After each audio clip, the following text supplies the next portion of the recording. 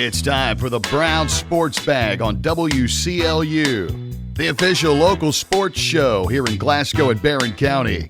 And now, alongside John Butler, here is your host, James Brown. Well, John, back again this week, Brown Sports Bag, presented by McDonald's of Glasgow. We got a fair amount of football to talk about, and some cross country, and a little baseball. John. I mean, the World Series is going on, even though I don't care much about it. But nonetheless, it's important to the world, apparently, because it is the World Series. But we're going to start off with some high school football, and we're just going to start off, I guess, with this wild game between Barron County and Warren Central, because I think the first quarter lasted about, 15 minutes of real time. I mean, it was over with in a hurry. The second quarter was moving right along, and then we got to the second half, and the game took forever because suddenly neither team could stop the other one from scoring, and the Trojans ended up winning 38-32, mostly, I think, because they stopped Warren Central on 3 two-point conversion plays that proved to be the difference, really, in the game. So it was a fascinating game, I thought. Yeah, I wasn't there, but 38-32, high-scoring game, which is typical of Warren Central. Yeah. They can score, and they tend not to stop you. Right. And it did go back and forth. Central scored first, took a lead, and I think it was 15-14 at half, Barron. Yeah. And then Barron opened it up by 10, and then Central would come back. And, it was not an easy game, but it was a game that Barron finally pulled off. Barron was very successful on the ground. Yeah. I think they had 5 rushing touchdowns, and Briggs Harris had 3 of those. Mm-hmm. Corbin Wells had 140 yards on the ground. He's, has really picked the pace up in terms of running the ball, and so is it's the 2 linebackers, the two leading tacklers. I can't emphasize how hard that is. Yeah. To be and Cam Bull is like that in Glasgow too. Mm-hmm. To play linebacker and also play running back, mm-hmm. and especially running backs in between the tackles, and that's kind of what Braxton and Corbin. So Corbin had 140 yards, Braxton Carnes had 96, Briggs Harris had 83 and 3 touchdowns, and Jackson Bird had 78 yards. Mm-hmm.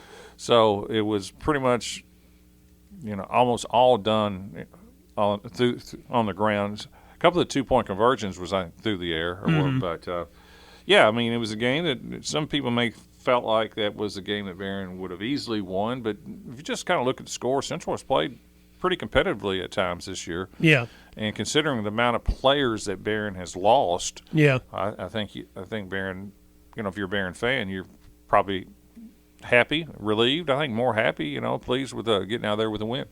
Yeah, the interesting thing about the game was as far as the ground game and how the offense worked, it was probably exactly what Coach John Myers wants to see. On the flip side, it looked a lot like the first couple of games of the season with penalties, which is part of what the game lasted so long for. In the second half, Barron just kept having offensive penalties, and they probably could have put up, 2 or 3 more touchdowns before it's all said and done, and the game probably wouldn't have been so close. They just kept killing drives with penalties, and then that left the door open for Warren Central.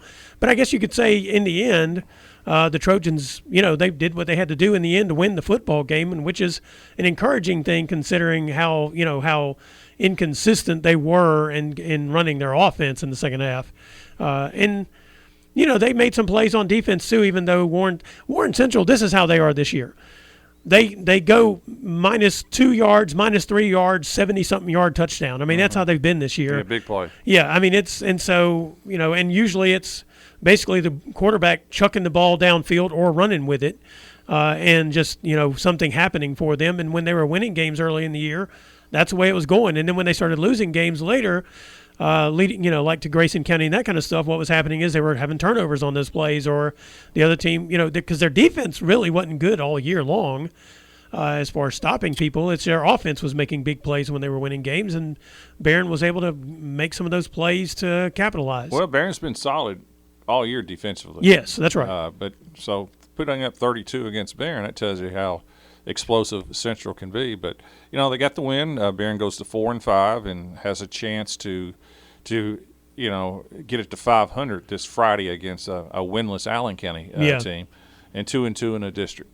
Yeah, and that sets them up. We were looking at the RPI and how that was going to play out last week. If they had lost a game or whatever.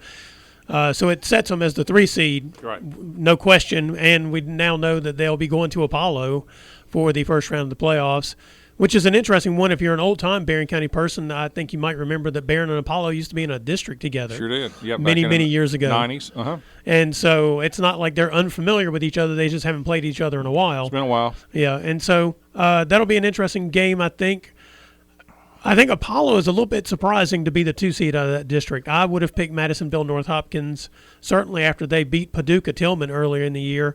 But Owensboro is by far the best. They ran over Madisonville on Friday night. Yeah, Madisonville won their first 7, I think. Yeah. But they've lost their last 2 to Apollo and then to Owensboro. Yeah. Yeah, Apollo is, they're solid. I think they're 6-3. Yeah. They've had some good wins, and they've kind of lost to the teams you kind of expect them to lose to be honest with you. So, just looking at their scores, it looked like a team that can score and so forth. So, I mean, listen, last year's last year, so it's different. But Barron was a 3 seed last year and went down and knocked off a Henderson County team that nobody really thought they could beat. Yeah. So, they probably have that still confidence in their mind, and that was coming off, I thought the Allen County game last year was the game that really elevated right. when they pulled off that upset against Allen. Yeah. Kind of the situation's reversed this year. Allen's a team that Barron should beat, but still had to go to Allen and still win, on a probably going to be a cold, rainy Friday night too, so they can't overlook them. Yeah, this looks like real football weather this week, John. Right. And going back to that situation going to Apollo, the thing about this Barron County team is you mentioned they have several people who have missed several weeks of action now. They did get, Connor Thomas back last on Friday night, I think it was, and maybe they have a few more that can get back before they go to the playoffs. So that would be good. They need some of these guys back. I don't know if Jordan Harris will be one of them or not, but they've been kind of – you mentioned Corbin Wells and Braxton Carnes carrying the load. That's because the people they expected to be there aren't around to play at the moment. Right. So they're leaning on these guys going both ways. And right now they're playing up to it. They really are. So, it's hopefully they get those guys back, and we never know. They can make another run in the playoffs. Apollo is, by name, not as scary as, say, going to Owensboro for a first-round game, I would say. I think that's fair. Yeah. You're not going to look at them and say, oh, no, we can't beat them. That's a team you can say, well, I think we can compete with them. The name on the jersey doesn't mean anything to you. Meanwhile, the Glasgow Scotties, they ended up beating Edmonson County 57-0 on Friday. They were only up 7-0 at the end of the first quarter. They were a little bit sloppy, but then they kind of got things rolling and ended up just running away with the game. Hudson Gum threw 5 touchdown passes, John. Yeah, 12 of 15 for 188 yards, 5 touchdowns. Not a bad night. No, I don't care what the score is. 57-0 or 35-32. That's quite impressive. Yeah, and then, of course, I think Jarek Martin had his first rushing touchdown of the season. That actually opened the scoring in the game. And then he caught maybe 2 more touchdown passes, and I think Jalen Bradley caught 2 as well. Yeah, Campbell. Ran in one. Mm-hmm. So yeah, that's kind of been the recipe. Those 4 guys offensively. Yeah. Have kind of done probably 95% of the scoring, I guess you could say. Yeah. But, yeah, just another – I don't know what to say. It's another running clock. It seems like it's 4 in a row maybe. Yeah. 4 or 5 in a row that they've had. Just running clocks and another shutout and so forth. I mean, it's you play who you play, and you've got to play your district. It's not their fault about their district. Yeah. And but the district is down. I think it's fair to say that. And Glasgow's really good, so it's kind of a combination of the district being good, down, and Glasgow being really good, and you got a lot of lopsided scores. Yeah. And I've said this before too. I do think it's we'll see how much a factor, if it is going to be a factor, about all these running clocks and blowout games. Eventually, when you get to the playoffs, it may happen against Franklin Friday. I guarantee you, Coach Arnett would like a tough game going into the playoffs. Yes. They need to play a 4-quarter game. Mm-hmm. And Franklin is not a great team, but they're 6-3. Yeah. And their losses have been to good teams like Logan County and Paducah. So I'd be surprised if Glasgow just blows them out. Though Yeah. I do think Glasgow's going to win, but I do think it would really be helpful to Glasgow to have to play 4 quarters. Wouldn't hurt them to be behind, have to come back, and things like that. I think it'd probably be a good thing for them because I think they kind of need that. Yeah, and that game will be on Thursday night. They're going to play that one on Thursday, a pre-Halloween game. Why? Is it because of Halloween? I have no idea why. They're just playing it Thursday. Okay. It'll be Thursday at 7:00. Okay. I mean, they moved it a few weeks ago, and I never asked anybody. I'm like, is he trying to skip Halloween or something? I have no idea. Okay. Maybe they want to go trick or treating, and they just didn't want to play a football game. Okay. Yeah, I don't know. they They can do whatever they want to, Yeah. but it's just I didn't know if we were moving because of Halloween or whatever. Well, and in a way, I kind of looked up and thought to myself, I wish everybody just moved their games to Thursday night, and then we could just take Or Friday spread them off. out. Then you can see both games, right? You can Yeah. watch Barron, and that's right. That's what I plan on doing. That's the media. Yeah, that'd be good for the media. That's Yeah. right. So, but yeah, I'm with you on that. They need a game that tests them. And the thing about Franklin Simpson this year is they've been able to score points, but their defense has not been very good against the better teams they've played. No, it's not. I think Logan put 60 up on them. Yeah, I think the final of that game was like 63-28 or something like Right. that. I mean, Yeah. it was a wild one. And Logan looked good in the preseason, but they didn't throw the ball particularly well, I didn't think. I thought they were a lot like Greenwood, and that game, was a dogfight when they played each other. So I would say they are comparable. So the fact that they put up 63 points, probably just running the ball mostly. Right. I didn't check the stats, so who knows. But was a bit shocking to me. And then, of course, they lost Paducah Tillman 35-14. So I'd say that was a better showing for them against Paducah Tillman. Mm-hmm. But, yeah, that means the door is open for a team like Glasgow that can score from anywhere on the field to have the potential to score from anywhere on the field against Franklin Simpson. I say that they need a tough game because normally, your last game of the year, you're worried about injuries too. Yeah. You just kind of want to get through and get to the playoffs. The difference is I don't think Glasgow's going to even get challenged in the first game of the playoffs. I mean, they're going to play a Webster County team that's going to be 1-9. Yeah. So then it's just another game I don't think they have to worry about too much. You're prepared and so forth. I mean, I would never say that to my team, but I'm just being realistic and so forth. So, it is a little touchy. It's always in basketball, that last game of the regular season. You're Right. all you worry about, at least all I worried about, was somebody turning an ankle or whatever, because you want to be ready for the district. And I'm sure it's in the back of your mind as a football coach too. Just let's get through this where we can get to the playoffs. But I do think it would probably benefit them if ideally if they could have to play 4 quarters and get a win and stay healthy. That'd be perfect. Yeah, I mean, as you mentioned, I mean, they Webster County will be the team they'll host in the first round of the playoffs. Webster, 4th in their district, they've won 1 game this year, and that was against 4th Ohio. in the district, that means they're last. Okay. I believe that is correct. There are only 4 teams in that district. Yes, You're right. That's right. The 1 game they won this year was against Ohio County, and they beat them 22-20. Ohio County just opted out of playing a district schedule this year because they knew they were going to be so bad. That's right. So, and then if they were to win that game, it's likely they would play Union County, a team they've had to go visit a few times in recent years. Yeah, they're familiar with Union. Yeah. And struggled a little bit. So that would be the first team they would have played in a while that I think physically would match up with them, probably since they played Barron and Monroe. Yeah, and all those games will be at home. Yeah, all those games will be at home. And then, after that, RPI decides. That's right. That's right. So we'll see how all that plays out. But, nobody's going to complain about being 9-0 and overall and 5-0 in your district. 2 teams around here that are undefeated right now: South Warren and Glasgow. Yep, that's right. Meanwhile, the Caverna Colonels, they beat Ballard Memorial 36-0.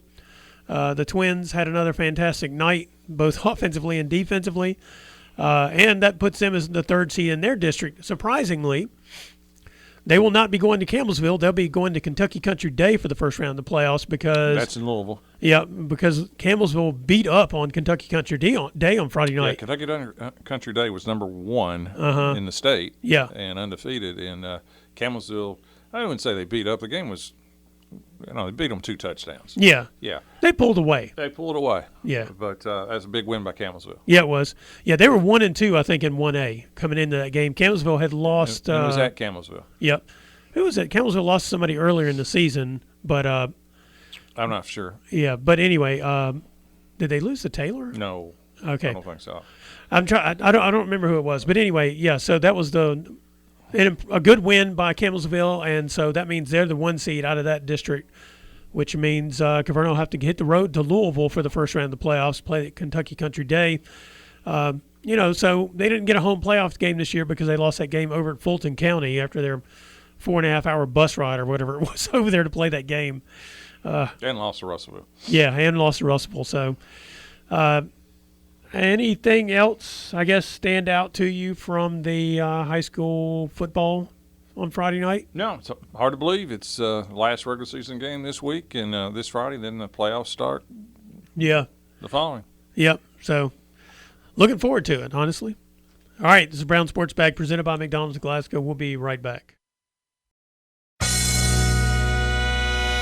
Presented by McDonald's of Glasgow, it's back to the studio with James and John, the Brown Sports Bag.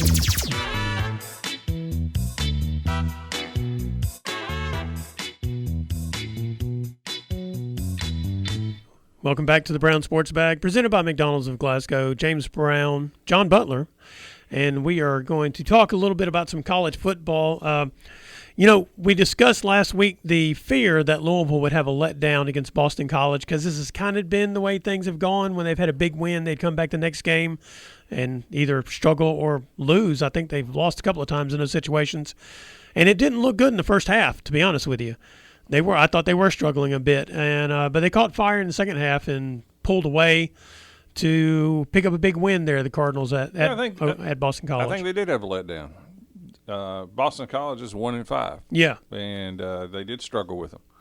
But you're right. The quarterback Miller Moss did not play that well, but their running back Isaac Brown, sophomore in Louisville. Yeah, he really Louisville he had over 200 yards, 200 yards on the ground, and 2 long touchdowns. And I think the first one was like. Did they score like 10 points in the last 2 minutes of the first half, something like that? Because he had like a 70-something yard touchdown run. And then the last score was from the other running back. He's also a Brown, I believe. And that was like a 70-yard one. Yeah. So I mean, it was a little bit of a letdown, but they did enough and still won by 2 touchdowns. Yeah. But game took forever to play. A typical college football game took over 4 hours to play. Yeah. Too many. The TV timeouts are forever, and then you throw reviews and penalties and the college rules where the clock stops every time there's a first down. The game is forever. You mentioned that about. I thought they were going to stopping the clock on every first down. Wasn't that like one of those things that they discussed doing away with a couple of years ago? I thought so, but they stop it until they reset the chains. Yeah, and then they add the 2-minute timeout. So actually, it seems like they've made it longer. Yeah, they're beginning to face some baseball issues in college football in terms of like length of the game and the dead time of watching the game. I agree. Is getting kind of and I think eventually their TV partners will get involved. Yeah, because that's I think what the NFL found out, the TV partners wanted a 3-hour game. Yeah, not where you can judge how long for your next game starts and all that other stuff, rather than these continually 4-hour marathons. Right. Yeah. Well, and I mean, but they got to win, so that's good, and they go on the road to Virginia Tech this week, which they should win, but it's not a gimme anytime you go on the road. Yeah. So where do you? I think they're up to 17th in the 16th. I think 16th in the they moved polls? up 3. Yep. So how high do you think they can go? I mean, how good do you think actually Louisville is? I think they're good. If they don't lose, they don't lose the rest of the year, they'll be in the top 5. That's probably true. I mean, they're positioned at 16. Yeah. The teams above them are going to lose some because it's I think 8 SEC teams are in top 25. They're going to start knocking each other off. Yeah. So I mean, they can. They need Virginia to lose. Yeah. Virginia is still finding incredible ways to win. They won their third overtime game against a bad North Carolina. I thought they were going to lose that game. Yeah. I didn't even So bother. They need them to lose to get a loss, and where they can jump them maybe. But yeah, I mean it's not like the ACC is the SEC. No, it's not. I mean, there's still games that they can lose, but you would think Miami was the best team on the schedule. Well, they beat them. Yeah. I can't remember if they played Clemson or not this year. I've gone blank about that. But, they knocked Clemson off last year, but, kind of the shoes on the other foot this year with Louisville would be the favorite. But, they still have, relatively tough games. Yeah. They got UK at the end of the year. That's still a big rival game. But, yeah, I mean, I think Louisville is I know they're coached well enough. So we'll see. They're in position. Now they just got to finish it. Do you know, funny enough, their next 3 games, this is their next 3 games. So they play at Virginia Tech. That's on Saturday. The next Saturday, they face California. Cal. Yes. At Cal, though. Yes. Okay. And then they take on Clemson, at Clemson. Tough. And SMU, yeah. And then Kentucky. Now SMU they beat them last year. Yeah. And SMU beat Louisville last year. Yeah. Yep. So, I mean, to give them the best, obviously, if they can get into the ACC championship, obviously the winner of that will go. Right. Is Louisville good enough to be recognized if they somehow lose another one, go 10-2 as a team that can get in? We'll see. Yeah. 11-1, I would feel a lot better. I think the only game that they could lose and still get in, but this depends on how SMU also finishes out their season. If they lost that game to SMU, possibly, and just because SMU, as good as they were last year, they're not as good this year, obviously, and they're 5-3 at the moment. But I do think that one wouldn't hurt them. But if they went and they lost at Clemson when Clemson's having the season that it's having, it probably would hurt them much worse. Because, Clemson has not – they're 3-4, and they've not been good this year. They've not. You're right. So, so I guess that's what it banks on. Mentioning the rankings, though, the 1 and 2 teams are Ohio State and Indiana. Mm-hmm. And I am in that mindset again where I look at it, and I think that the pollsters are overrating these 2 Big Ten teams. Now, they may not be overrating Ohio State, and Indiana has won decisively, so they look good. Beat Oregon at Oregon. Yeah, but I'm not sure that is the best win they've had. Yeah, by far. Yeah, it's a good win. But and the way they're winning their games also looks impressive. Yes, I do believe they do. He puts the pedal to the metal. Yes, he does. But I'm still not convinced that outside of Ohio State in the Big Ten, no matter how many teams are added to it, who they are, I'm still not convinced that it really pans out. I don't know. I agree. I'm not 100% convinced, but the Oregon win at Oregon was quite impressive. Yeah. And then they hammer about everybody else they play. Yeah. Yeah. Got to give them that. Yeah, that's true. If it's the old how do you look beating the teams you should beat, they've passed that test by a mile. Now, you put them against Alabama on a neutral field, I think Alabama's probably a 5.5 point favorite. Yeah. But, I have no problem with Indiana being number 2. No, I don't really have a problem with it. Now, I will say this. Last week, I kind of downplayed the idea that Texas A&M was the number 3 team in the nation. They certainly made LSU a believer, and so much so that LSU decided they had seen enough of Brian Kelly right after the game, pretty much. I'm surprised they didn't send him home at halftime. But that was a bit surprising, I do believe. Yeah, blowing LSU out at LSU was that's a big win, to say the least. And it's 3 losses for LSU. It's not the LSU of the old, but still, that's a quality win. It surprised me, to be honest with you. It did surprise me, and it ended up costing Brian Kelly his job.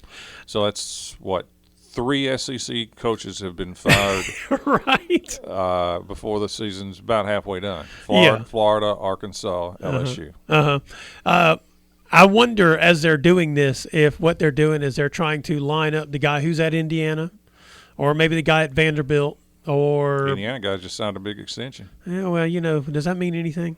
I don't know. I don't know what anything means anymore. I don't know. I don't know how the person that gave the contract that you're paying $50-some million to walk away. I don't know how that person who gave that contract. I don't know how they keep their job.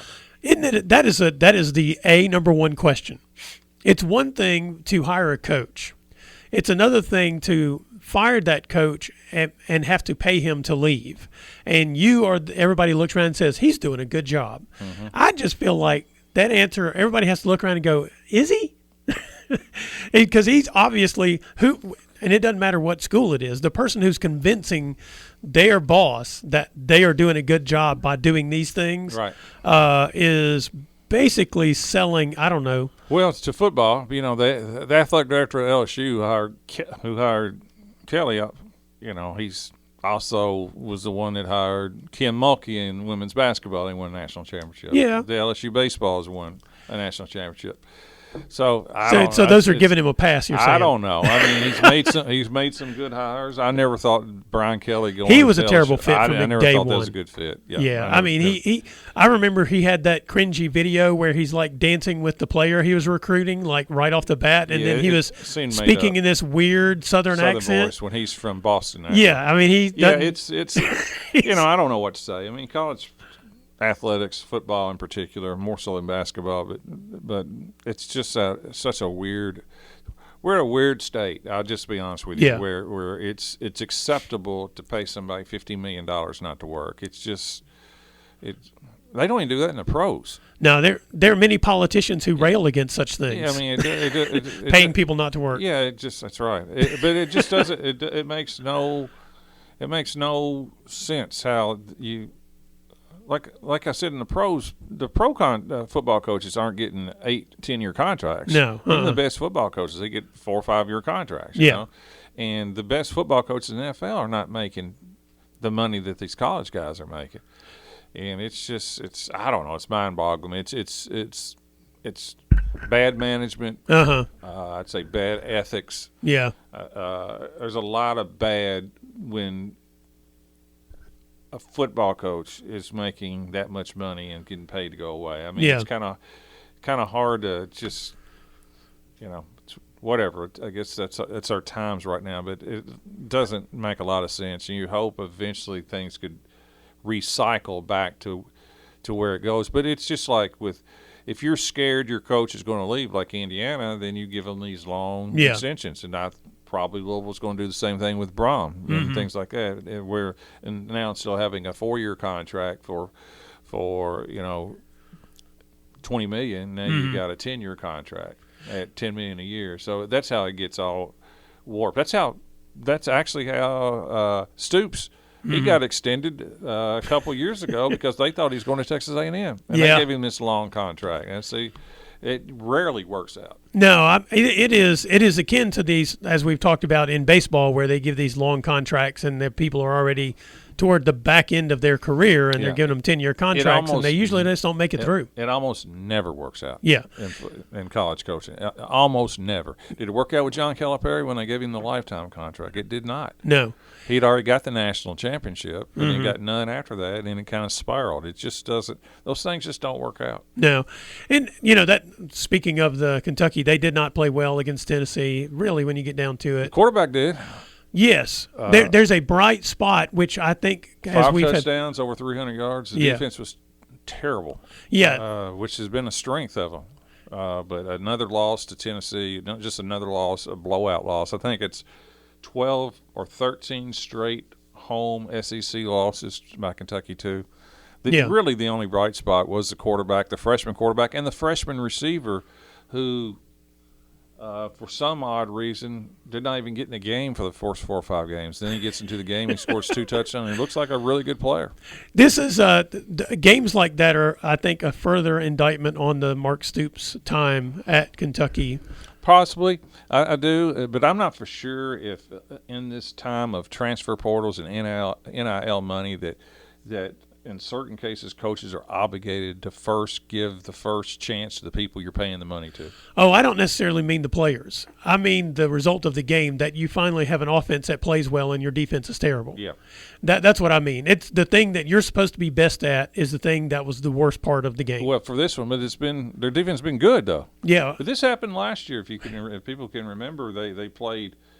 I think they played Georgia real close last year, and then after that they kind of just fell apart at the end of the year, and they've got some winnable games, to be honest with you. I mean, they got Auburn, who's been kind of lost. They've got a Florida. Their coach is going to be on the way out too. Florida, who's already fired their coach. Uh-huh. They're not going to beat Vandy. No. And I don't think they'll beat Louisville as long as Louisville's still in the hunt. Yeah. So, but still, Bowles has turned into – he's made himself either one of two things the way he's playing. If he continues to play that way, he will be a candidate if he goes in transfer portal to make a lot of money somewhere else. Yeah.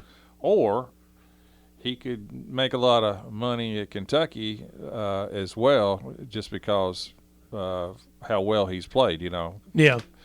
There may be an offensive coordinator who could come in that we really want to coach him. So we'll see. I don't know what Stoops' future is. I really don't know. Yeah, I do. I think that is a big part of it. Going back to their AD does not like to fire coaches, and I respect that. Yeah, and he didn't want to pay out these large buyouts. So we'll see. Yeah, it's a catch-22 in this situation, because either you've got to be able to keep the local hero Cutter Bowley and bring in people around him as the coach that you are now, meaning if Mark Stoops and whomever is on his staff, or you're the administration, you're the athletic director, and you're like, okay, if we keep Stoops, we will not be able to keep these players. Maybe. Which thing is more important? Maybe, though he's starting to strive the last couple of games with him, though. Yeah. You can see that. And, by the way, WKU, who played one of the worst, rottenest Tuesday games in history at home to FIU, goes on the road last Tuesday and gets a really good win. Yeah. Those a 2-point conversion in overtime to win at 28-27. He didn't have to on the first conversion. Yes. He just said, we're going to go for it. And they had a freshman quarterback at Tisdale, and I instantly thought, Tisdale, he's got to be from Bowling Green. But no, he's not. He's from Florida or whatever. He's not one of those Tisdales. That's right. But they bounce back with that's a Hilton special. His teams have a remarkable way of bouncing back, and they did. Good win for them. Yeah, they are still in the position where they can play in the conference championship game, and that made them bowl eligible, that win, and surely they will. There's a bowl out there for them. But, outside of that FIU game, I mean, they've been a pretty good team this year. They do, and that LSU game still doesn't look near as bad now, does it? No, it doesn't, does it? And then on the NFL front, we've got it was a kind of an ugly Sunday of football, to be honest with you, except for a game that wasn't supposed to be any good. The Jets and Browns turned out to be a thriller. Jets and Bengals, yeah, turned out to be a thriller. And then I thought Browns, because the Dolphins suddenly woke up from a coma and one going away, and so it's like the Dolphins beat Atlanta. Yeah. And there were some surprises. The Dolphins blowing out Atlanta, surprise. The Jets 0-7 beats the Bengals. The Bengals aren't very good, to be honest with you, but still. Yeah, the Jets have been absolutely awful. Yeah, so that was a little bit of surprise. Cowboys got drilled by Denver. Yeah. I thought it was a good game last night, but the Packers and Steelers, that's a good ball game. Yeah, that's true. But tonight's Kansas City and Washington. It should not be close with Washington's quarterback is not Jaden Daniels is out. It should not be a close one. Yeah, so any and the Colts continue to roll. Colts are good. Now, listen, they've played Tennessee 2 out of the last 3 games or 4 games.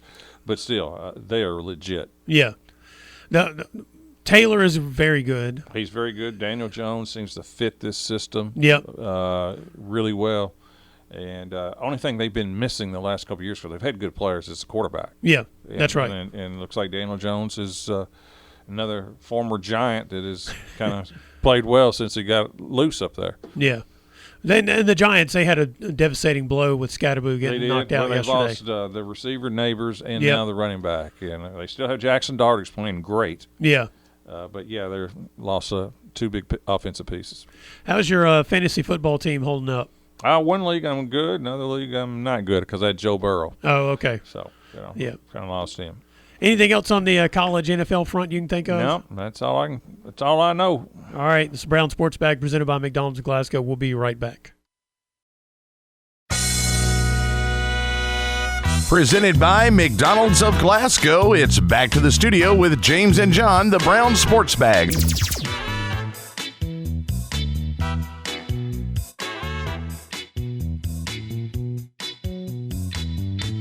Welcome back to the Brown Sports Bag. James Brown, John Butler, presented by McDonald's of Glasgow. The postseason has begun for every other sport. You know, golf is already finished. Volleyball, the 4th region tournament starts tonight. Cross country was this past weekend. Both Barron County and Glasgow runners ran at Thomas Nelson High School in Bardstown. The Barron County girls, they finished 4th in the Class 3A Region 2. And that qualifies, right? Top 4 teams in cross country goes to state, I believe. I believe that is correct. And so, and I'm not exactly, to be honest with you, you asked that question about the top 4. Glasgow's girls also qualified for their state meet, but I don't know. So I'm not exactly, they finished 5th, and I'm not exactly sure how that works out. Okay. Maybe there's, maybe like in track, you have also, you know, if a certain number after that. I don't remember. What are they? Qualifiers that, you know, in a different region, some matching times. I have no idea. I didn't look any of that up before we came on here to talk about this. To be honest with you, failure on my part. But anyway. Barron had 2 girls in the top 10, though, right? Yeah, they had Audrey Nutzman finished 6th and Molly Beckham finished 7th in their region. Yep. And, you know, and for the most part, they all ran pretty good times. I think they were both in the 19s. And then Mary Warren and Maria Dyer and Adeline Coleman were the other 3 whose times counted for the team score. Right. And so they finished 4th. To be honest with you, I don't remember exactly who won that region. Greenwood or Bowling Green. Yeah. Greenwood probably, they're usually pretty good on their cross-country long-distance runners. But, yeah, so they had 2 of the top 10, Barron did, and, you know, that was good. People may have noticed that Gracie Reed did not run. I asked Terry, and, you know, she's had that injury that she's been trying to come back from, and I think she's just decided to focus on, you know, conditioning and I guess getting ready to maybe run in the track season and really get ready to go to college and run probably as much as anything. So if she had run, she probably could have finished in the top 2 or 3, I would have guessed, with her times at what they usually are, and Barron may have been 2nd or 3rd at that point. So anyway, they ended up with some people who have been, I mean, they've been running all year. But, yeah, I think that was one of the better meets for both Audrey and Molly. Audrey, I believe, is just a freshman, so, you know, that's pretty good for her. The Barron County boys, they also had a team. They've dropped off a little bit in terms of the times they've been running in recent years. A lot of their top runners graduated the last couple of years, and I think they finished 10th out of that region. I don't think any of them qualified for state. I quickly glanced over the qualifiers and didn't see any of their names in there. And then on the Glasgow side, the girls, they had 5 runners. I think Brentley Suddenly Mackey, she finished 14th, and Ann Rhodes Pike, I think, was 16th, something like that, maybe 18th. They were Glasgow's top 2 runners. And then their other runners were Callaway Mackey and Evelyn Myatt. And I have suddenly forgotten the other girl's names, but I'll remember it here in a minute, and I'll tell you what it was. Okay. And then they didn't have a full team on the boys' side. They just had a couple of runners on the boys' side who were running. Danica Stevens, that was the other one that ran for Glasgow. So they only had a couple of guys who were running. They've got some younger guys coming up. They've kind of Jeff Bruce is in his first year coaching the Glasgow teams, and I think he's kind of building it up from the bottom up, you know what I mean, just trying to get the numbers up. I think the numbers had dropped off pretty significantly, so he's trying to get the numbers up. So he didn't want to put any people in the running in these region races that, you know, hadn't competed some already this year. And so that's kind of how that went for them. The state meet is at the Kentucky Horse Park on Saturday. I think the Barron County girls will be running in the morning, and the Glasgow runners are in the afternoon. Some years they'll have it on 2 days, but they're having everything on Saturday this year at the horse park. So it'll be a busy day up there. Hopefully the weather won't be too bad because it's not supposed to be great this week. But anyway, and then as I mentioned, the volleyball postseason, the district wrapped up. 15th district wrapped up last week. It was at Glasgow High School. Barron played Warren East. That was the 1-4 matchup, East being the 1, and dropped that match. And that was Robin McMurtry's last match as the Barron County volleyball coach there, John. She's been doing it a long time. Started at Metcalfe County. Yeah. And been at Barron it's been probably close to 14, 15 years over at Barron. Yeah. I'm just guessing right now. But, yeah, and that was – I talked to her the other day. I got to see her, and I think she has mixed emotions. She's ready, but very, very sad. She really liked what she did, and she really cared for the players. And you can kind of see that relationship, with the players and her. Yeah, there were a lot of tears shed. Yeah. At the end of that, I think there were more tears shed on senior night, but nonetheless, because I think she had 8 seniors on that team, and she always has a bunch of seniors every year, which is kind of interesting. When you see some of these other sports and programs where they have not many seniors at all, I mean, she seems to have a bunch every year. So she has, no matter what the outcomes are, she has players that really like playing for her, I guess, and so they stick around. They build a very special relationship there. I think she told me she coached 17 years at Metcalfe before she came to Barron, and then initially didn't coach at Barron, but took over the program and then stopped for a year and then came back and started doing it again. That's right. So she couldn't get away from it. I asked her, I said, so this is really your last game? She said, yeah. She said she's retiring from teaching, and it's just she just won't be able to do it anymore. And I was like, yeah, makes sense. But, yeah, she mentioned how much she was going to miss it. And then Glasgow played Allen County Scottsville in the other matchup, the 2-3 matchup. And the last time these two teams played each other in the regular season, I mean, it was a dogfight. It went 5 sets, and Allen won the 5th set, the tiebreaker 15-11. And Glasgow won the first set in this one. And I was like, okay, so this is going to be pretty interesting. Yeah, they did what they had to get that first set. Especially when you're an underdog, but they couldn't build on that. No, the second set, just the wheels kind of came off in the second set, and then the last sets 3 and 4, which Allen won both those, ended up winning the match 3-1. They were tight all the way through. It's just that Allen had the ability to basically win, those 3 in a row they needed to get to finish off each one of those sets, and Glasgow just couldn't get over the hump. Allen's got one really good player that can. Yeah, she's tough. Gets a lot of the hits and spikes and everything. Yeah, she's tough. And sometimes I noticed whenever they played earlier in the season, if you could catch her on the back line, you could probably get some points off of her on the back line. But not that night. She played really well all the way around for Allen in that particular match. So Glasgow just couldn't get the points when they needed them in those other sets. And then I guess if there's a bright spot, they only had 2 seniors, and they had a bunch of younger players on that team.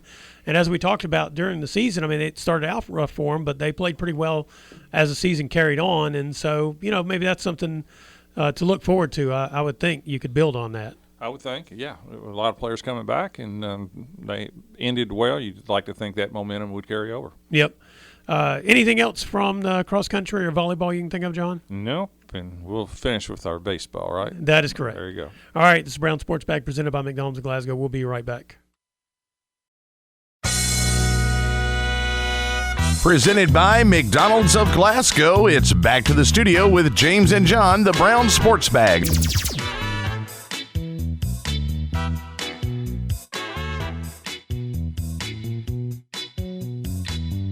John, the World Series is going on. Have you seen it? I have. Haven't you?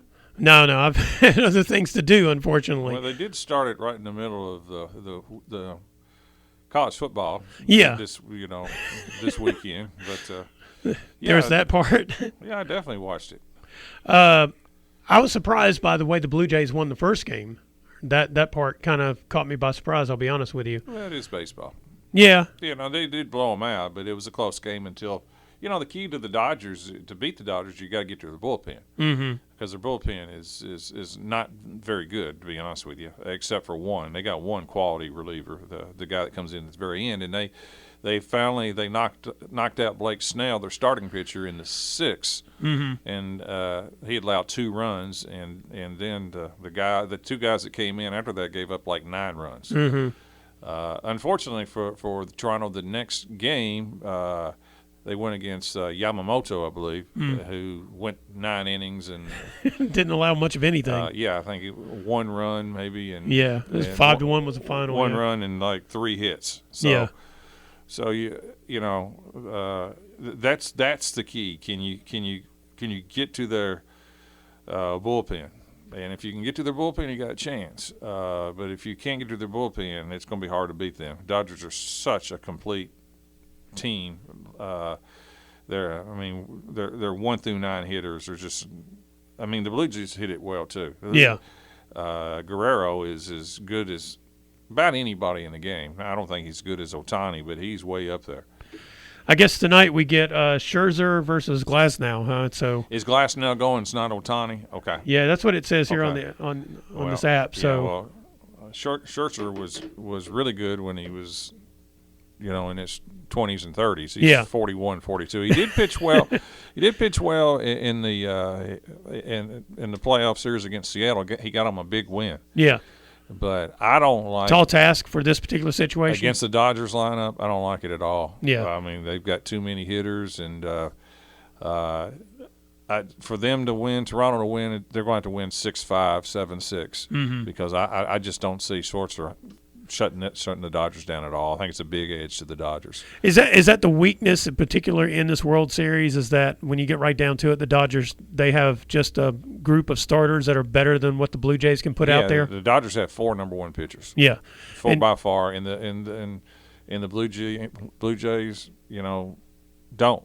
Right. That's the bottom line. And if they're starting Schwartzer, who didn't even one time they didn't even know he was going to make the playoff roster. In fact, he wasn't on the first playoff roster in their first series. And it's just a real stretch. To have to use him tells you a lot. So I guess, the Blue Jays, to have a chance in this World Series, they had to win that first game. So they got that. That gives them a shot. Have to. I don't know. They needed to win one of the 2 at home. Yeah. For sure. Each game's different in baseball, so it's game by game. But the Dodgers, by far, even though it's 1-1, still a big favorite.